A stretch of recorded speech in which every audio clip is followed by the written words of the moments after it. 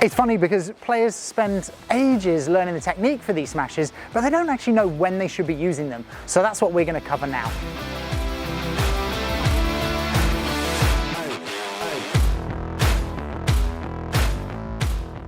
The overheads in Padel can be really difficult to learn, and it can be even more confusing when you aren't sure when you should be using each of those different smashes. So in this video, we're going to explain to you with 3 major tips on how you can choose the right smash for the right occasion. So the first thing, before you even consider the type of smash you're going to hit, is what is your game situation? Are you attacking in the point or are you defending in the point? If you're defending, you're further back in the court and you're trying to hold your net position. If you're attacking, then you're closer up the court, and from here you could potentially finish. But the first thing you need to know is, what is your game situation?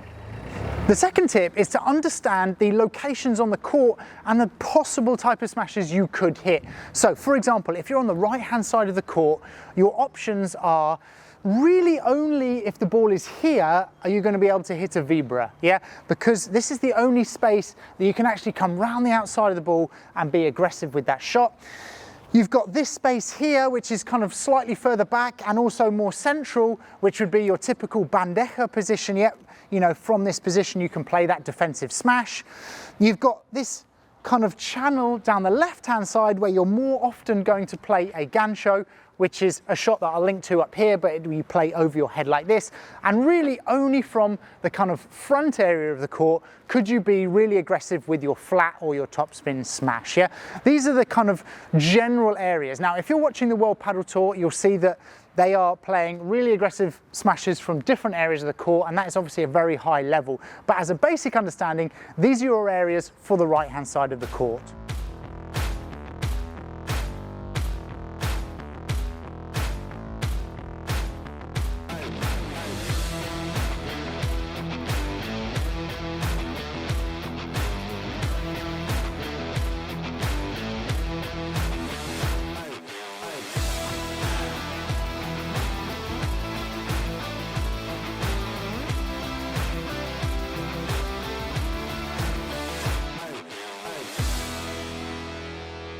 Now, if you're playing on the left-hand side of the court, a lot of the balls to your right-hand side are your open side, so the smashes actually differ from this side of the court, yeah?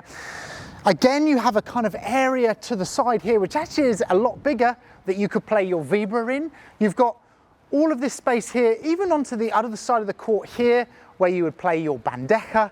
You've got this side here where you could choose to play a gancho if it's a more defensive smash, or your topspin smash if you want to be a little bit more aggressive. Again, you would play your attacking smashes from the front of the court.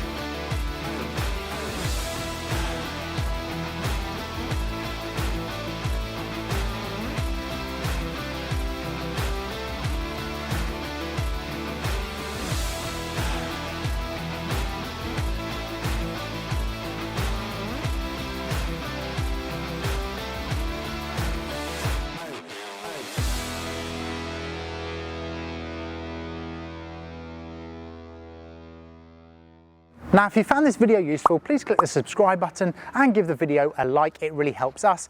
And just to summarize, yeah, make an early decision and have an understanding of what you should be doing with your shot. The intention of your shot is more important than the technique. Notice in this video, we didn't talk a lot about the technique for the different shots because we're talking more about the tactical implications of it, which is actually more important than that technique. Now, if you want to understand the technique, on this side, I'm going to put a playlist together of all the different kind of overhead videos with the technique, and that is a great place to go if you want to learn more about it there.